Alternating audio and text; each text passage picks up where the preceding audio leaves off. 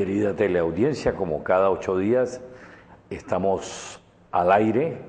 Queremos saludarlo. Este es el magazine cultural de periodismo alternativo, Decisiones, una producción de R. Poveda Comunicaciones desde Cali, Colombia. Es un magazine cultural de periodismo alternativo, político, cultural, de análisis social, y desde luego nos apoyamos en las opiniones, hechos, noticias de mucha importancia en todos los aspectos del conocimiento. Queremos saludar allá a esos amigos que nos ven en Nueva York, a Abraham y su querida esposa Luisa, ese grupo de amigos. Un saludo cariñoso, fraternal para ustedes, como siempre, a la expectativa de que nos envían cosas importantes. Lo mismo en Buenos Aires, en París, Londres, Venezuela, en la costa Caribe, aquí en Cali también, a esos docentes que nos ven, nos escuchan y nos informan que los contenidos del programa los utilizan como material de consulta y de tarea para sus estudiantes. Igualmente queremos saludar a nuestros queridos compañeros y la rectora licenciada Daisy Puerta, rectora de la institución educativa Santa Fe, su distinguido y queridísimo amigo coordinador Hermes Marmolejo, quien próximamente la institución cumplirá 40 años y están preparando una programación muy variada, variadísima. Nos informan que tienen abierto entre los estudiantes el concurso de una ficha alusivo a los 40 años. Entonces, queremos no solo felicitar a todos los docentes, directivos docentes, sino que decirle que la institución Santa Fe es una de las más importantes de Cali.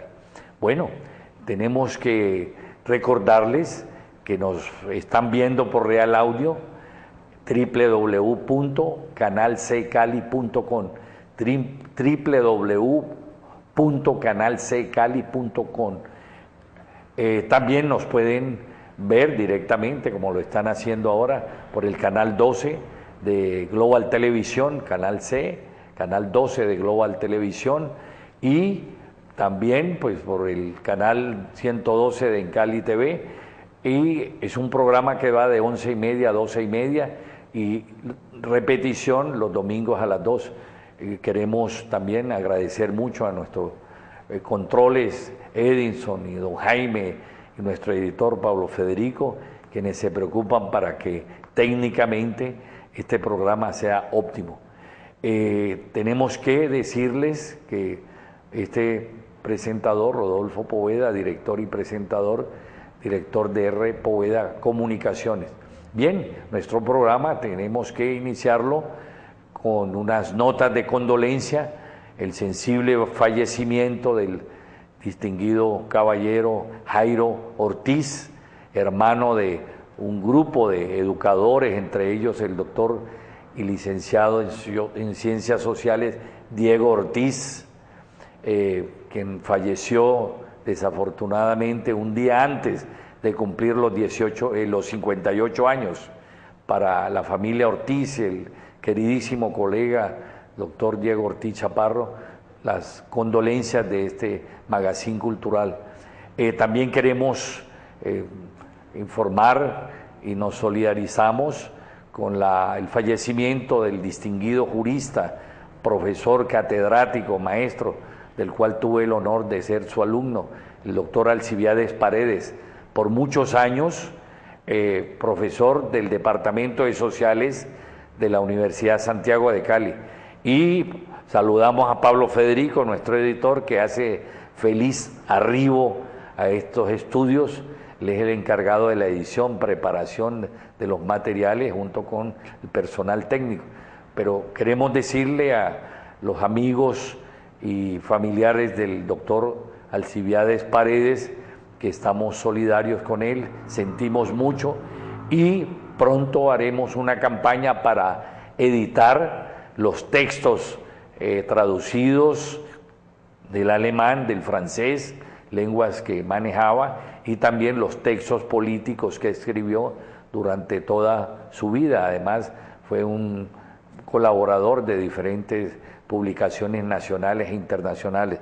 Bien, queremos decir también que nos unimos a ese duelo nacional por la tragedia lamentable de los niños en la ciudad de Fundación. Realmente es lamentable que ocurra esto, pero también es lamentable que anualmente mueran de hambre física casi 20.000 niños o por mala atención de las IPS. Ellos también deberían estar en la cárcel, al igual que rápidamente colocaron en la cárcel al conductor y al pastor que patrocinó este viaje mortal. Nos unimos a ese duelo. También queremos recordarles en materia cultural que el TEC está presentando su obra crónica del maestro Enrique Buenaventura y el Teatro Salamandra en desarrollo de las actividades de sus 20 años, está presentando El matrimonio de hermanos. Es una obra presentada por la Fundación de Actores y Artistas de esta compañía y basada en un cuento de Julio Cortázar titulado Casa Tomada. Bien, no podemos olvidar que se celebró el Día de la Afrocolombianidad y la diversidad cultural. Entonces, vamos también a recordar un queridísimo maestro, un maestro popular, arte popular, el maestro Castañeda. Observen qué hermosura de obras, no solo hecho en la parte pictórica, sino también escultórica. Formó un grupo de discípulos muy aventajados en el sector de Siloé. El maestro Castañeda, observen la obra de él, es una talla en piedra, un monolito prácticamente, que representa el tema principal, la niñez. Observémoslo allí, para él nuestro respeto, nuestro reconocimiento, y que su obra perdurará y siempre debemos recordarlo. Aquí tenemos la obra pictórica de un contenido campesino, porque su origen fue campesino, también invoca la parte religiosa, pero hay un sincretismo entre lo religioso y lo patriótico, ¿no? Allá observemos en esa bandera roja un personaje de aquí de Cali que fue Julio Rincón. Fue vilmente asesinado, allí lo observamos en una fotografía familiar con su amada. Esa obra del maestro tiene mucho que ver con las luchas populares que se dieron en Cali. Aquí ya a edad avanzada, pero siempre fue un hombre dinámico. Hasta pocos días antes de su muerte, muy entusiasmado estuvo con el grupo de estudiantes y no solo profesionales del de Tincel, entre ellos Pablo Federico, Ciro, María del Mar, grupo de colaboradores permanentes de Decisiones. Observen allí esa talla, la perfección con que este maestro no solo trabajaba la madera, el barro, la cerámica, sino todos los materiales los convertía de su estado bruto en obras maestras de la escultura y la pintura. Por eso queremos rendirle este homenaje. Observemos allí cómo no solo la parte andina, sino la parte fluvial y marítima era parte del contenido de la obra del maestro. Y aquí lo tenemos también, esas obras y murales callejeros que deja una estela de discípulos que ojalá retomen los pinceles buriles del maestro. Y aquí con el maestro Arturo Álape, el gran escritor, pues, el gran escritor del Bogotazo, caleño también, a mucho honor, y de ese sector el maestro Castañeda y el gran escritor Arturo Álape. Recordemos las muertes de Tiro Fijo, el Bogotazo y muchos poemas. Este es el homenaje entonces de Decisiones y que siempre debemos recordarlo. También tenemos que recordarles que se celebró el Día de la Afrocolombianidad y para ello hemos traído un hermoso y profundo documento de el maestro Manuel Zapata Olivella. recordemos, forma parte de una estirpe de familia, hermanos y hermanas, ¿no?, que hicieron de él la cultura afrocolombiana una forma de literatura, de folclore. Entonces vamos a ver ese documento de Manuel Zapata Olivella y releamos la obra cumbre de él, Changó, el gran putas, porque es la gran sincronía entre la cultura afrodescendiente con toda una mezcla de la cultura indígena caribeña y nos da obras tradicionales muy importantes. Veamos entonces al maestro Manuel Zapata Olivella. Muchos años después, frente al pelotón de fusilamiento,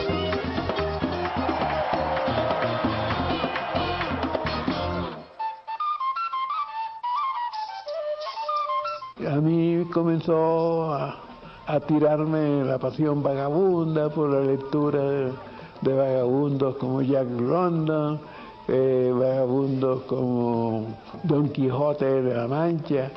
Tamborero, etnógrafo, bailarín, antropólogo, educador, investigador del folclore, viajero del mundo, un narrador de la libertad, que comprendió y representó con justicia nuestra cultura afrodescendiente. Yo al hombre no lo he mirado como un enfermo, no lo he mirado como un político, no lo he mirado como un arquitecto, sino lo he mirado como un animal inteligente capaz de practicar todas estas otras manifestaciones de la cultura. Manuel Zapata Olivella, un personaje del Caribe para recordar en el Bicentenario. Y sería injusto no rendirle un homenaje a Palenque, a San Basilio de Palenque.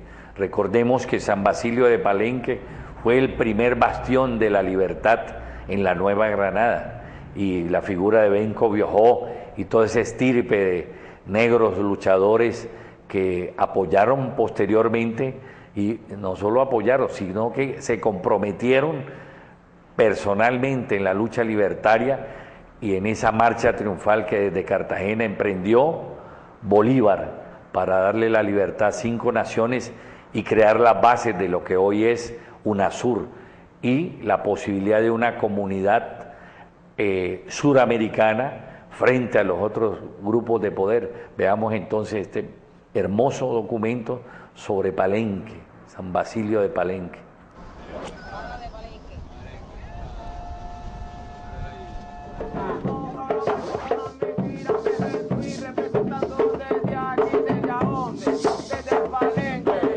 Oriki lo que suto se hace Anditón a Matabalá, se levanta y se sona.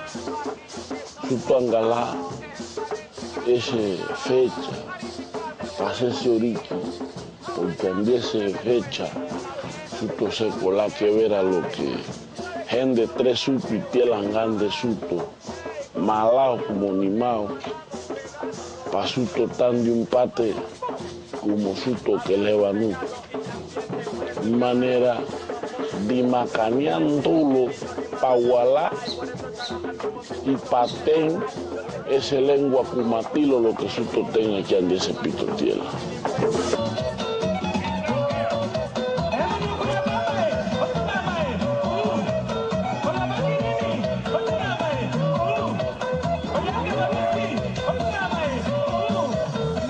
Lengua y suto kumacho, kumatata, kumamamá, kumamona. Andi maposa suto hace un cusa pa suto gualao, un plana pa suto enseñado, conversando cada tico andi maposa suto. Tú tomas a Nacito y toma lo que están dispuestos.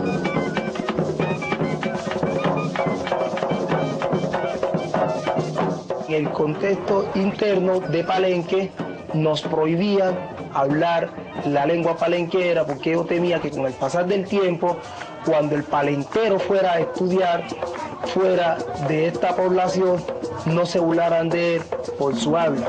Por eso hubo la necesidad de llevarla hasta el plantel educativo, de acuerdo a todo ese proceso de lucha, de educación. La iniciativa Apalenque Cultura en 360 grados es una iniciativa que tiene como objetivo visibilizar, difundir y preservar el patrimonio cultural del San Basilio de Palenque a través de los medios digitales, en este caso concreto en una aplicación móvil que permita desde la comunidad usar las tabletas de manera pedagógica, realizando un recorrido en 360 grados de San Basilio de Palenque, pudiéndose encontrar con contenidos infográficos en lengua palenquera y en lenguaje en español.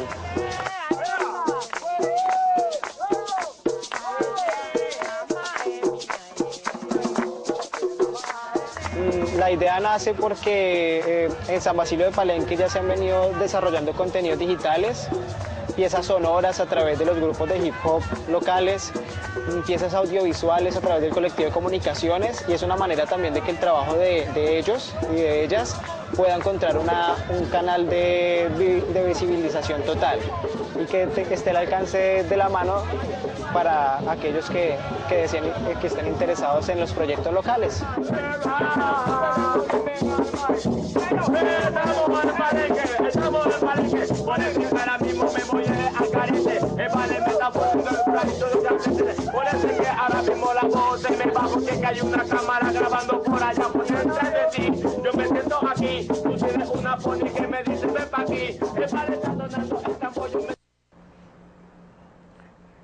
Es importante resaltar la participación del grupo Letincel, compuesto por nuestros queridísimos colaboradores, Pablo Federico, Ciro, María del Mar, que estuvieron presentes en el corregimiento de San Isidro, el municipio de Pradera.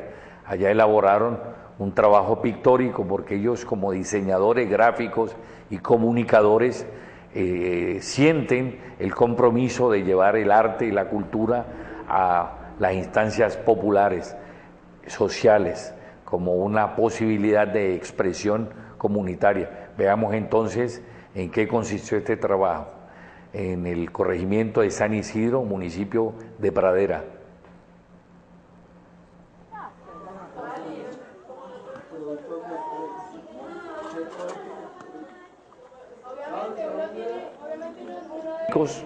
A ver, es importante expresarles que, bueno, hay una pequeña falla técnica, pero sí decirles que el trabajo fue durante 2 días. El fin de semana anterior pintaron murales, pero previo a esa actividad colectiva hicieron unos talleres de las diferentes disciplinas que constituyen las artes gráficas. Participaron niños, jóvenes, adultos, y luego se hizo un trabajo colectivo en donde a través de murales muestran el contenido de la actividad social, económica, y entonces pensamos que para la próxima edición de Decisiones podamos presentarles este trabajo. Pues bien, entonces continuamos con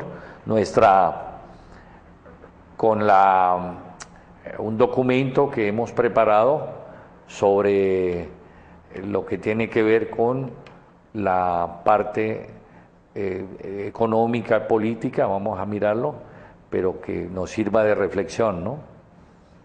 Y posteriormente vamos a ver esa sección que gusta tanto y la disfrutan los televidentes, que es el humor también es realidad. Él se lo entregará a los hackers. Ya ustedes conocen este personaje, el Zorrillo. Y aquí encontramos una forma de alienación colectiva, ¿no? ¿Sí? Símbolo de muerte, dependencia. Bien, para que reflexionemos entonces frente a estas imágenes. Y aquí tenemos estos 2 personajes. Observemos, identifiquémoslo y saquemos nuestras propias conclusiones. Observen geográficamente dónde están ubicados, ¿no? ¿Sí? Y aquí tenemos un personaje que no estuvo en la cabina y lo hackearon, pero ya la fiscalía pudo demostrar que efectivamente el video que tipifica una conducta criminal es auténtico, ¿no? Esperamos que el ciudadano responda ante la justicia. Y aquí vemos, dice que no votar por estas alimañas, ¿no? Observemos entonces la relación entre la realidad y la forma como pueden mutar, ¿no? Imperdonable, no dejar, ¿sí? Dejarse pillar así, no puede dormir, ya saben quién es, ¿no? ¿Sí? Observen, sí, muy preocupado el señor, y es un montaje, ¿no? Observen, tipo de montaje, ¿no? Pero a la manera de ellos para desvirtuar la forma perversa, como desde hace 8 años atrás, eso se volvió una práctica perversa para espiar y todo. Y aquí tenemos entonces los modelitos, ¿no? ¿Sí? La clonación, ¿no? Sí, había una vez un pueblo tan ignorante, pero tan ignorante, que conocía más de fútbol que de sus propios derechos, ¿no? Reflexionemos sobre eso.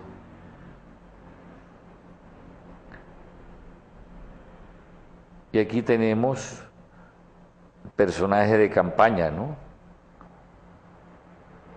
Y lo repite, ¿no? Esto es un montaje, ¿no? Pero cada vez la nariz trata de salirse del televisor, ¿no? O del medio donde se presenta, ¿no? Y recuerda a Hacker Iván, ¿no? No son nadie comparados con nuestros abogados.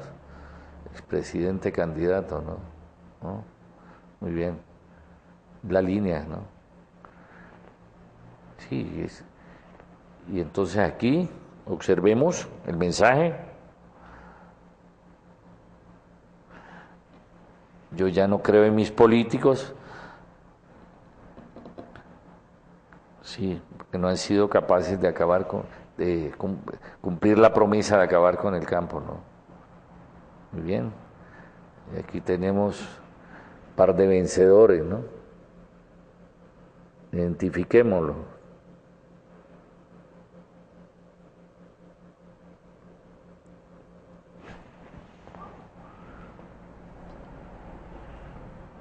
Porque también el humor es realidad, y sobre todo que mañana estamos a puertas de unas elecciones muy importantes. Podemos decir que hay unos siameses, triasimeses, ¿no? Que sería el candidato Oscar Iván, la candidata Marta Lucía y Peñalosa, ¿no? Que se adhiere a ellos. Y por otro lado, pues tenemos la presencia de una mujer combativa, muy estructurada, Clara López, que se identifica plenamente con el proceso de paz, porque es necesario que se busque una salida política negociada al conflicto, y por otro lado el presidente, quien aspira a continuar con el proceso de paz y de pronto hacer algunos ajustes políticos a su proceso y desarrollo de su gobierno. Entonces, bien, habíamos prometido presentar la segunda parte de la entrevista a Virginia Vallejo por parte de un periodista argentino en la ciudad de Miami. Es importante conocer el verdadero perfil de este personaje que patrocina y aspira nuevamente a la presidencia. Sin embargo, es importante conocer la verdadera identidad de este expresidente. Para ello tenemos entonces la segunda parte de esa entrevista, tal como lo habíamos prometido en el programa anterior. Veamos entonces la entrevista.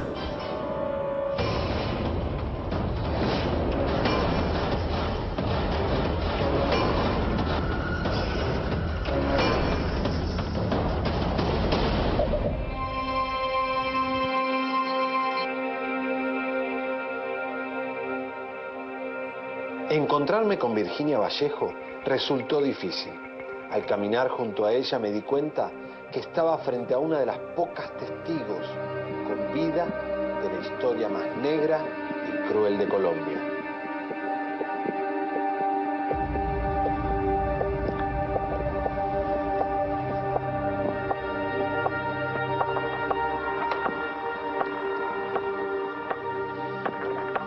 La vida de Pablo Escobar en los últimos años fue llevada a la ficción y vendida a decenas de países con un éxito arrollador. Virginia Vallejo afirma que le robaron parte de su libro para estas exitosas telenovelas.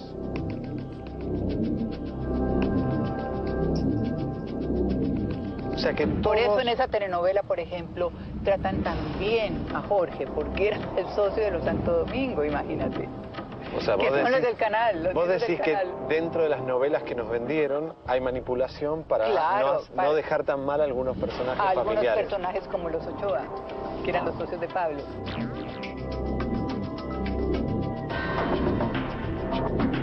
Tu personaje en todas estas novelas, narconovelas que contaron, quisieron contar lo que ellos quisieron, pero vamos a la verdad, que mucha está en tu libro y mucha me la vas a contar ahora.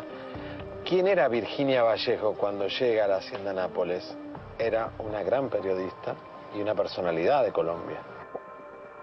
Me da un poquito de vergüenza decirlo, porque como tengo que defender, la realidad era que era la estrella número 1.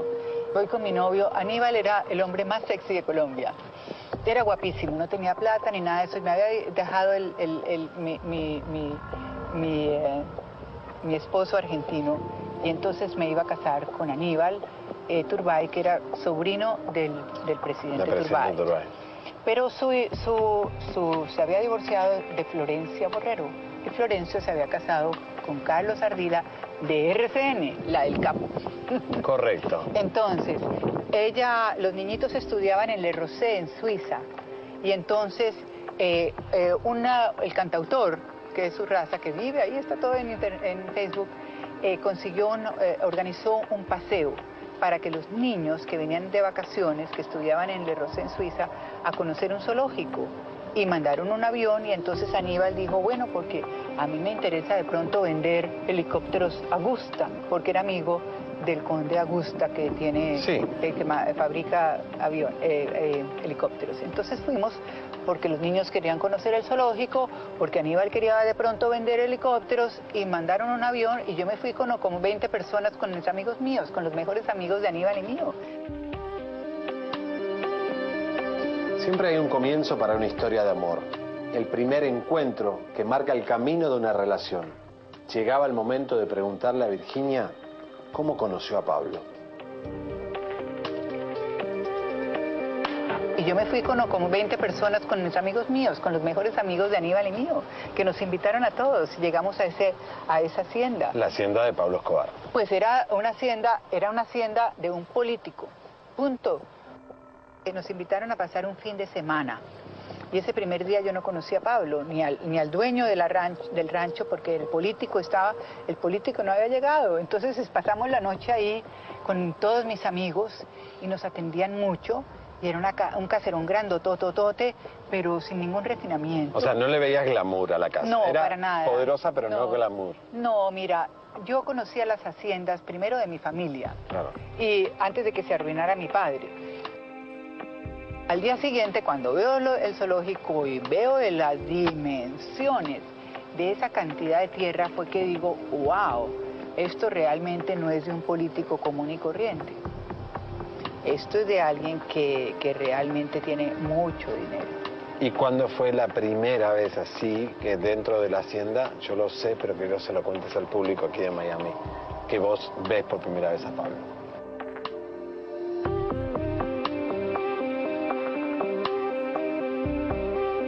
Porque nos chocamos en un buggy, lo chocamos porque Aníbal conducía como un loco. Cuando finalmente nos rescatan media hora después, que llegaron unos jeeps a rescatarnos, entonces me llevan al hospital de la hacienda. Digo, uy, hospital propio, porque me había arañado aquí el pómulo y la rodilla. después del hospital vamos a la hacienda, al living, ¿no? Al living. Y ahí entra el dueño y yo le digo a Aníbal, ay, qué horror, vamos a tener que pagar ese bendito aparato. Ay, my God, ¿cuánto cuesta eso? Vamos a tener que traer de Estados Unidos. ¿Cuánto cuesta esa cosa? ¿Por qué eres tan loco? Ah? ¿Por qué tú eres tan loco? Ah? Y entonces entonces entra en ese momento Pablo y dice, no se preocupen, que tengo muchísimos, no se preocupen. Mucho gusto, Virginia, me encanta conocerte. Es un honor conocerte. Esa fue la primera vez. Es un honor conocerte, sí. Y luego empieza a saludar a Aníbal, porque era, pues al fin y al cabo era sobrino del presidente, él tenía interés en contactos con familias presidenciales, y obviamente las señoras, las niñas, que estaban, amigas mías, todas muy lindas, y los señores que venían, las esposas, los esposos de ellas, y esa fue mi primera impresión. Un tipo bajito, y que me sorprendió su juventud, porque yo pensaba que era un político corrupto, que tenía por ahí 60 años. Con bigote, como digo en el viejo. libro, cuando ese homenaje a Caballo Viejo, esa canción de Caballo Viejo que pongo en la primera parte de mi libro, yo pensaba que era un político viejo, y llena de yeguas y potras y no sé qué, y me sorprende ver que era un hombre de la misma edad nuestra, porque Pablo tenía la misma edad mía. Aunque yo era 100 días más vieja que él. ¿Te impresionó? Y siempre me reíamos porque yo decía que yo era la mujer más vieja que él había conocido en su vida. Él nunca conoció a ninguna persona de clase alta. Pablo nunca conoció a nadie de clase alta. Pablo solo conoció a gente de su propio nivel. Esa es la historia de cómo conocí a Pablo Escobar. Pero hay un hecho que vos siempre lo mencionás, que es que están en una especie de río, ¿no? Sí. Donde vos te empezás a ahogar. Sí, estaba nadando de espalda, porque yo solamente puedo nadar de espalda. Okay. Y estaba en un río así mirando el cielo y no sé qué, en la hacienda, y de pronto en un momento paquete me agarra un remolino. Un remolino. Un remolino. Y describo en mi libro, en 2 páginas de mi libro, lo que hace él. Cuando estaban enfrente, estaban Aníbal y mis amigos y los guardaespaldas, me imagino, esa gente que estaban del otro lado allá, y había más o menos, ponle tú, 50 personas que estaban mirando, y yo saco las manos así. Ellos pensaban que los estoy saludando, y el único que se da cuenta que me estoy ahogando y me voy a morir en segundos es Pablo Escobar.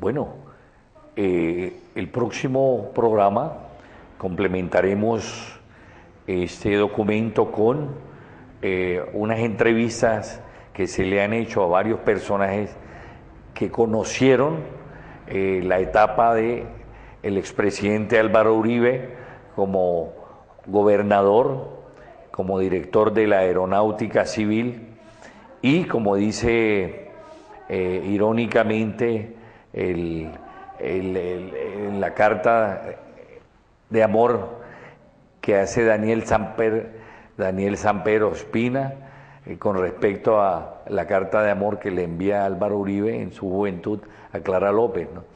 Y allí pues hace referencia de manera irónica, le recomendamos la lectura de ese material, la carta de amor de Álvaro Uribe a Clara López en el estilo de Daniel Samper Ospina en la revista Semana de la que está culminando, porque allí precisamente hace referencia a las relaciones de Álvaro Uribe con el narcotráfico y con el paramilitarismo, etcétera, ¿sí?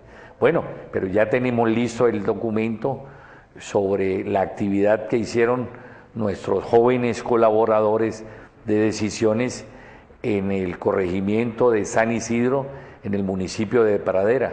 Vamos a ver entonces en qué consistió este importantísimo trabajo, el diseño gráfico de las comunicaciones aplicado a la cosa social. Pues, veamos entonces ese material.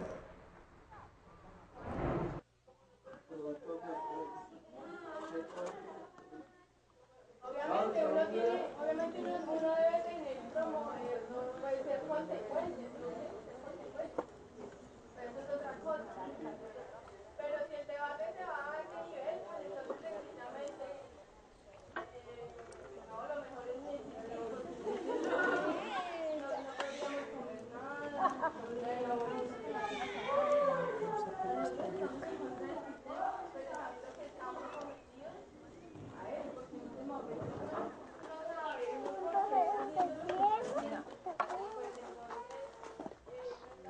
Hoy en día, pues en nuestras cordilleras en las cuales estamos viviendo, pues existen pues unos minerales que son preciados para las grandes multinacionales y las transnacionales pues que van atrás de todos esos minerales. Entonces actualmente está todo militarizado en la parte alta y ellos están como en busca pues de cuidar esos territorios para rescatarlos pues para las grandes multinacionales y nosotros como comunidades pues hemos perdido autonomía dentro del territorio porque pues anteriormente nosotros subíamos a la montaña por allá a pasear, subíamos a buscar plantas, a buscar orquídeas para nosotros pues traer a las casas para reproducirlas y también para ir a sembrar árboles, para proteger las cuencas, para proteger el medio ambiente. Y ahorita en la actualidad pues ya no lo podemos hacer como antes, libremente, por el miedo, pues porque hoy en día ya eso está militarizado con la fuerza pública y también pues por medio del conflicto también la insurgencia también pues colocan minas, el mismo ejército también las coloca y eso pues nos perjudica a nosotros como comunidad. Ya hemos perdido pues autonomía al menos en la montaña, ¿no? Ya nosotros pues prácticamente no podemos sino ya vivir acá en lo que es el centro del corregimiento porque pues por todo lo que vive, por la cuestión de la guerra. Y por eso es que hoy en día estamos pues trabajando unidos y organizados pues para hacerle frente a toda esa problemática que estamos viviendo. Y todo lo que estamos haciendo acá con la comunidad, todo lo que hemos venido trabajando en estos murales, en todo este trabajo organizativo es para eso, para que la gente se vaya concientizando de la realidad, que solamente nosotros unidos y organizados es que logramos pues construir paz, una paz que sea desde acá, desde nuestros corregimientos, desde nuestras veredas, para irla llevando hacia a lo municipal y a lo departamental y por último a lo nacional, que es de allá la que vienen las grandes problemáticas con estos conflictos, porque es el mismo gobierno que tiene que solucionarnos estos problemas que están dando hoy en día.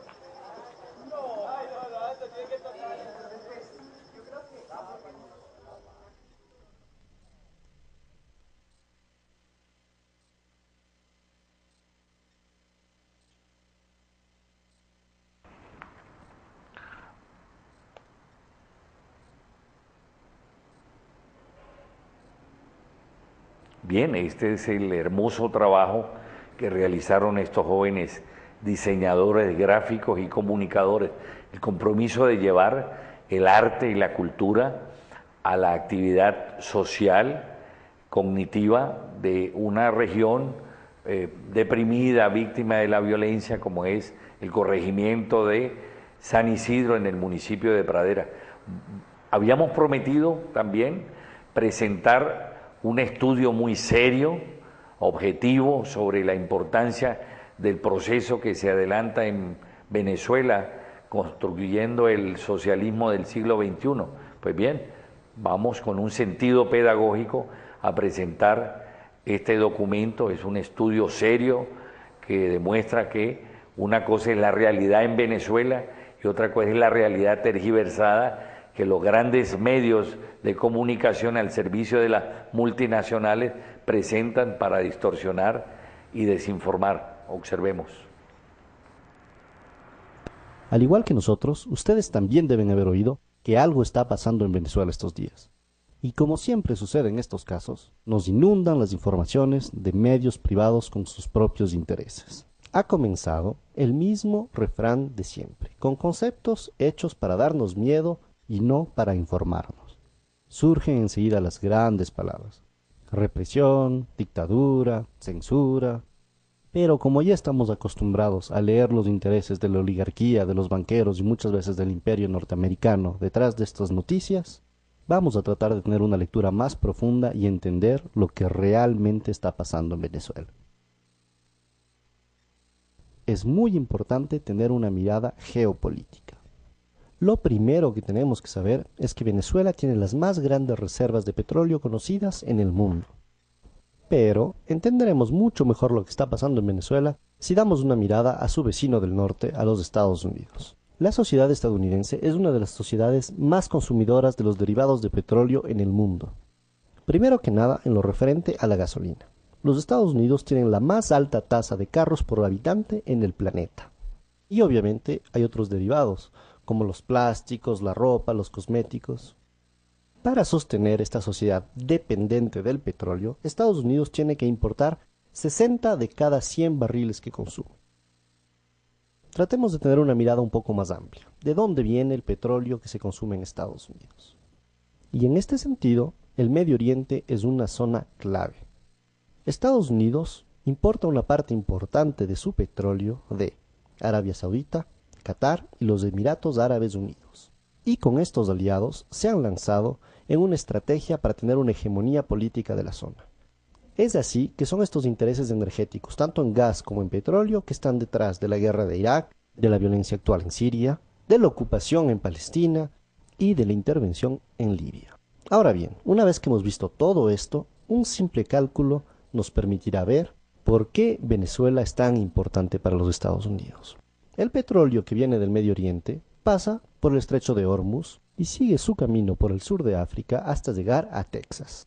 Este viaje dura entre 40 y 45 días. En cambio, el petróleo que viene de Venezuela solo tarda 4 a 5 días en llegar a Estados Unidos. Al comparar el costo que significa traer el petróleo del Medio Oriente y no de Venezuela, podemos entender muy claramente cuáles son los intereses norteamericanos en este asunto. Ahora bien, es muy importante que entendamos cómo estos intereses determinaron la historia de Venezuela. Durante más de 40 años, esta estuvo determinada por lo que se llamaba el Pacto de Punto Fijo. Este fue un pacto político entre la Acción Democrática y el COPEI, el Comité de Organización Política Electoral Independiente. A través de este pacto concordaron un programa político común.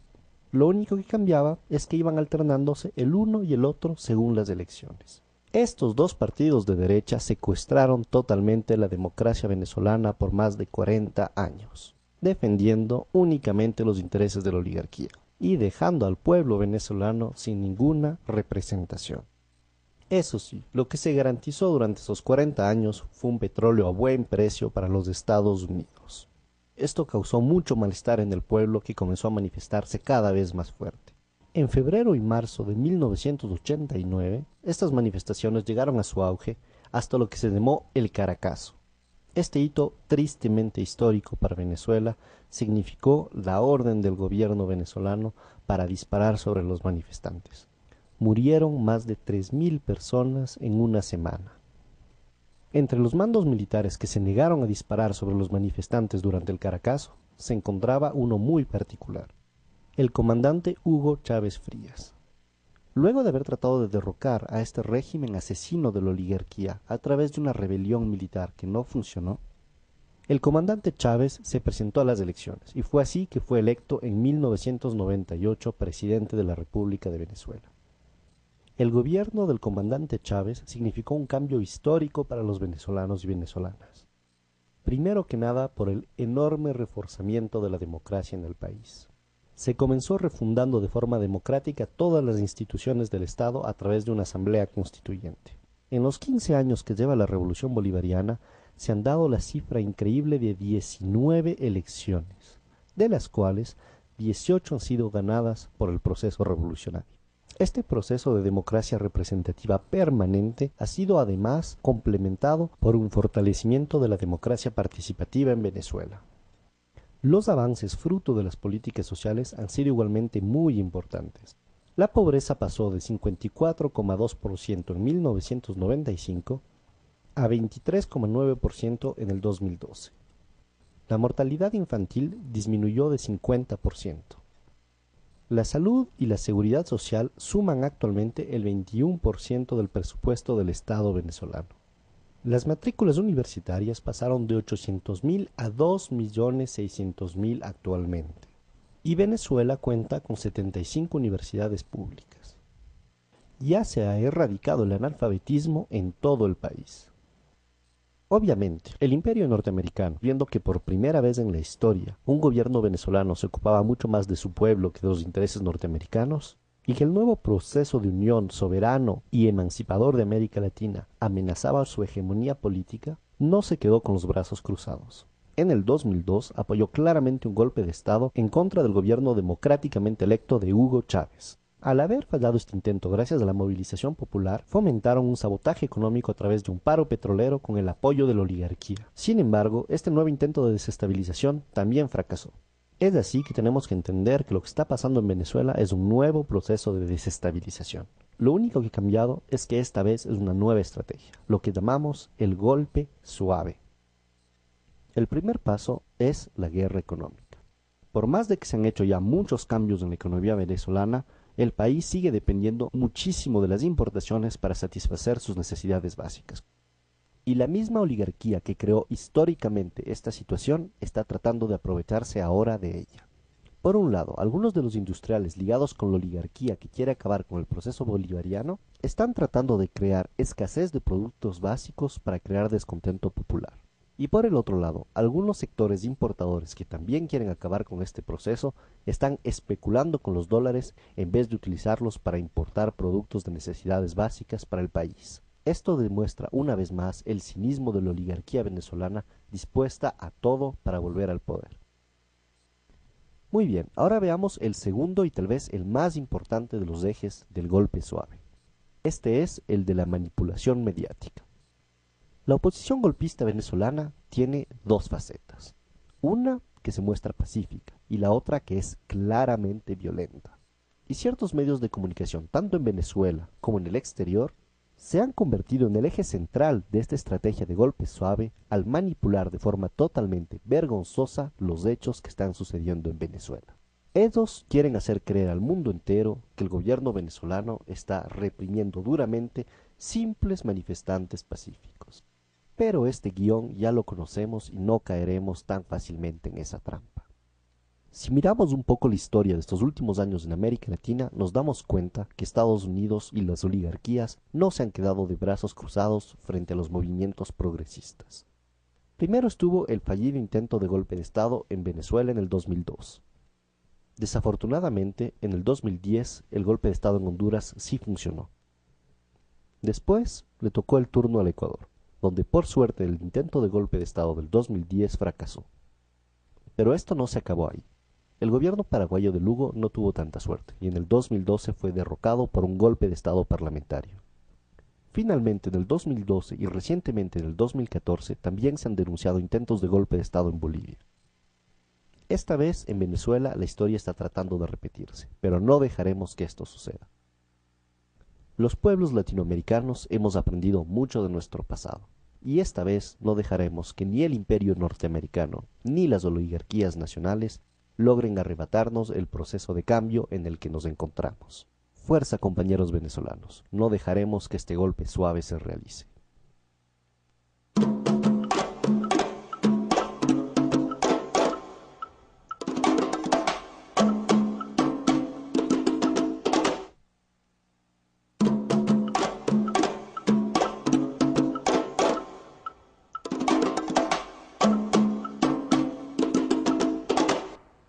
Bueno, y esta es la realidad sobre el proceso de construcción del socialismo del siglo XXI, impulsada por el comandante Hugo Chávez y que continúa ahora en el gobierno de Maduro. Una sociedad justa, digna, popular, sin esa voracidad económica de los partidos tradicionales y de la burguesía tradicional aliada de los norteamericanos. Vamos a ver otra versión con respecto a la situación de Crimea y en Ucrania, también producto de la desinformación. Veamos a través de un documento para que saquemos conclusiones, porque la labor de este magazine es pedagógica, formación política y cultural. Veamos. Rusia, Ucrania y Bielorrusia tienen que unirse en vez de culpar a Rusia. Rusia no está presente aquí. Solamente nos presta apoyo moral, no físico. Son los estadounidenses que prestan ayuda física a la Junta. Allí están las tropas, están disponibles todos los documentos, los videomateriales. Pero nadie lo quiere ver.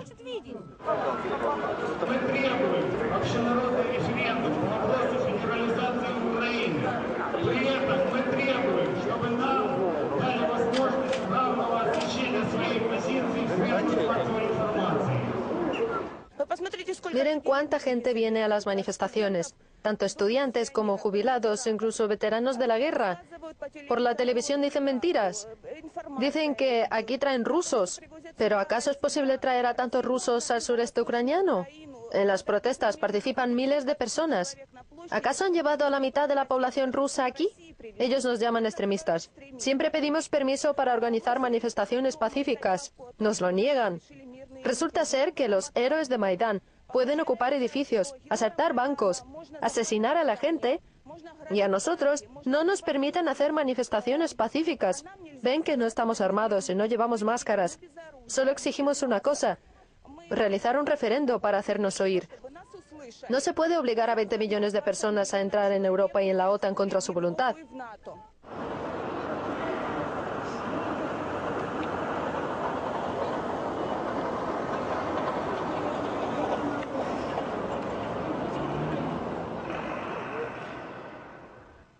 Sí, realmente los medios de comunicación, si se manejan objetivamente, realizan una labor pedagógica, o si están al servicio de grandes intereses económicos de las multinacionales, desinforman.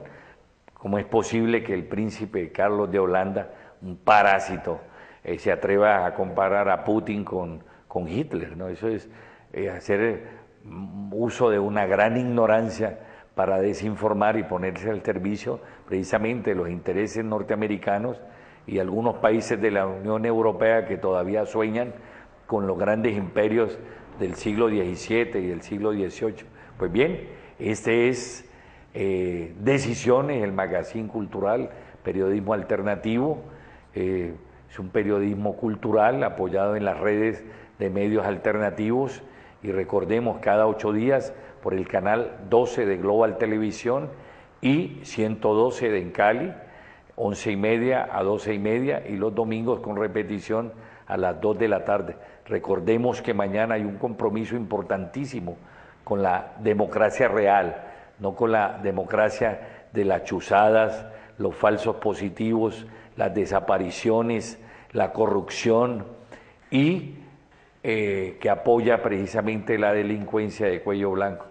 Estamos frente a un reto, un dilema de elegir bien y apoyar la paz en todo el sentido de la palabra. Colombia no puede seguir con otros 60 años más de guerra inútil, inoficiosa. Entonces tenemos que votar bien y no a esos candidatos que de manera farsante, aunque los pillan ante las cámaras, se atreven a decir que todavía eso es un montaje, patrocinados por el titiritero mayor. Bien, Magazine de Decisiones los invita al próximo fin de semana. Para ustedes, queridos teleaudientes, un abrazo, feliz fin de semana, que sean muy felices.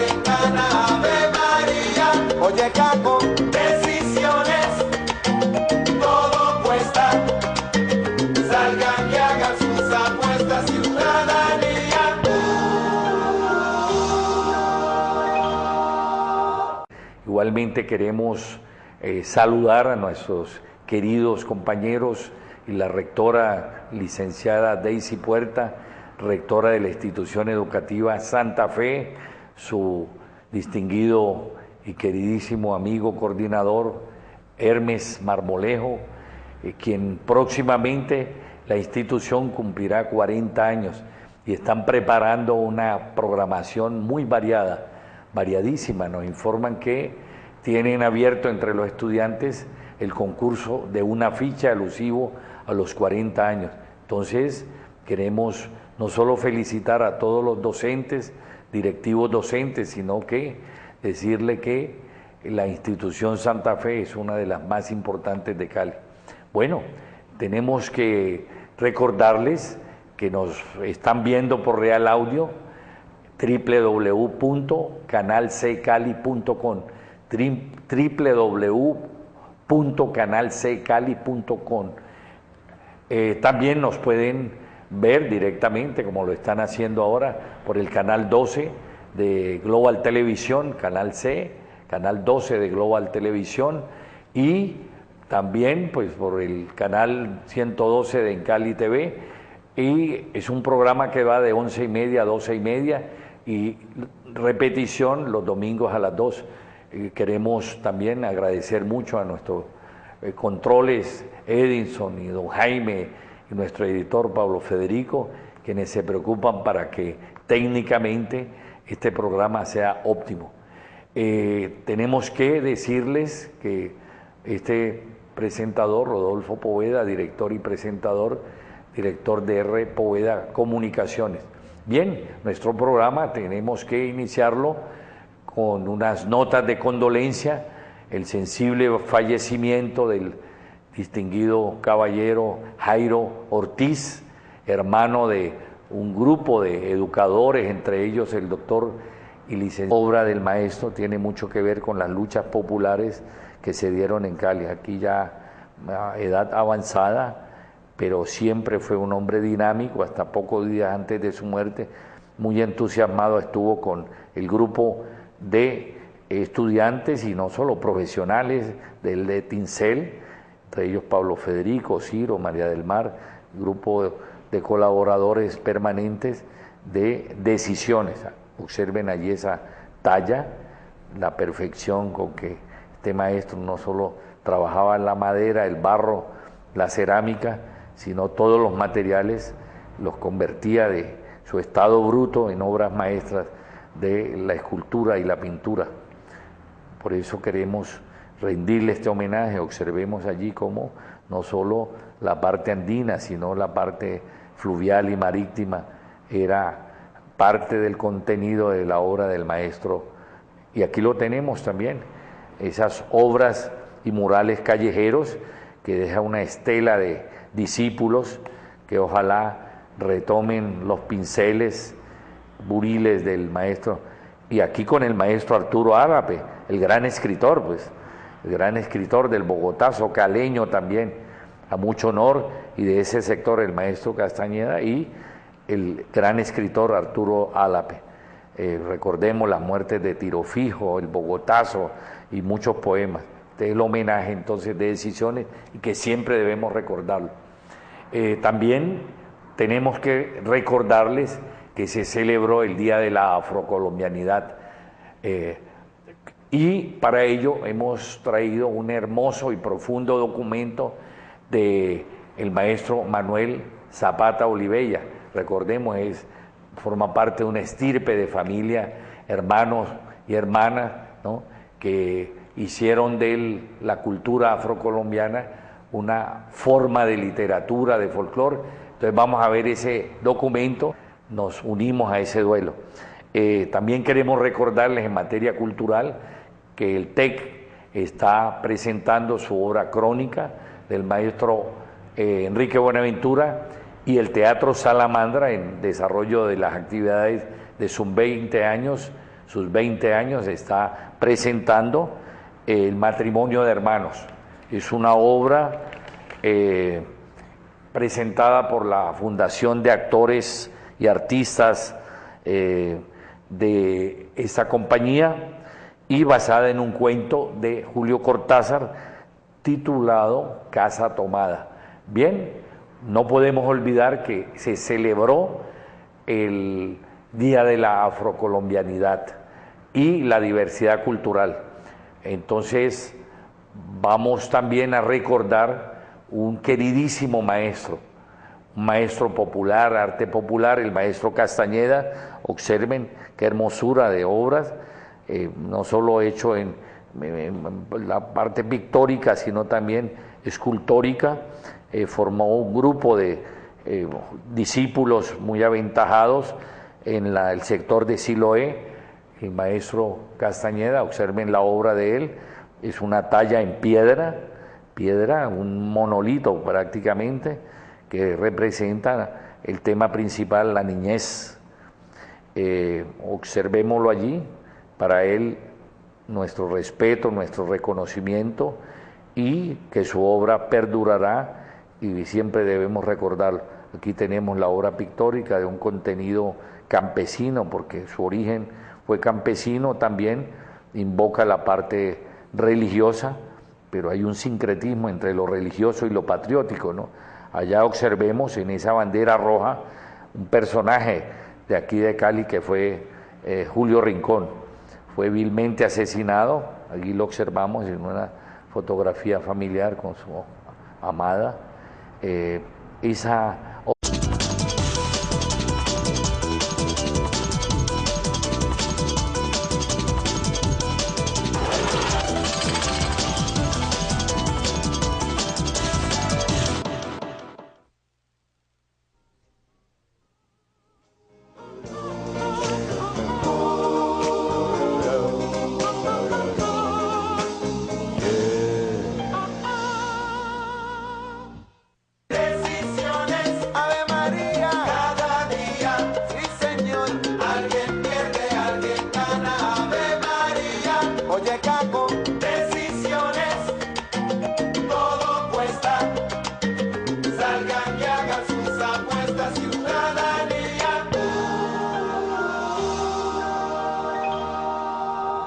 querida teleaudiencia, como cada 8 días estamos al aire.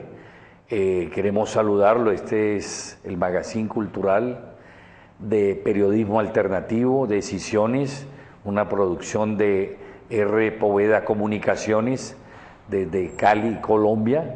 Es un magazine cultural de periodismo alternativo, político, cultural, de análisis social, y desde luego nos apoyamos en las opiniones, hechos, noticias de mucha importancia en todos los aspectos del conocimiento. Queremos saludar allá a esos amigos que nos ven en Nueva York, a Orán y su querida esposa Luisa, ese grupo de amigos. Un saludo cariñoso, fraternal para ustedes, como siempre, a la expectativa de que nos envían cosas importantes, lo mismo en Buenos Aires, en París, Londres, Venezuela, en la costa Caribe, aquí en Cali también a esos docentes que nos ven, nos escuchan y nos informan que los contenidos del programa los utilizan como material de consulta y de tarea para sus estudiantes. Licenciado en Ciencias Sociales Diego Ortiz, quien falleció desafortunadamente un día antes de cumplir los 58 años. Para la familia Ortiz, el queridísimo colega doctor Diego Ortiz Chaparro, las condolencias de este magazine cultural. También queremos informar y nos solidarizamos con el fallecimiento del distinguido jurista, profesor, catedrático, maestro, del cual tuve el honor de ser su alumno, el doctor Alcibiades Paredes, por muchos años profesor del Departamento de Sociales de la Universidad Santiago de Cali.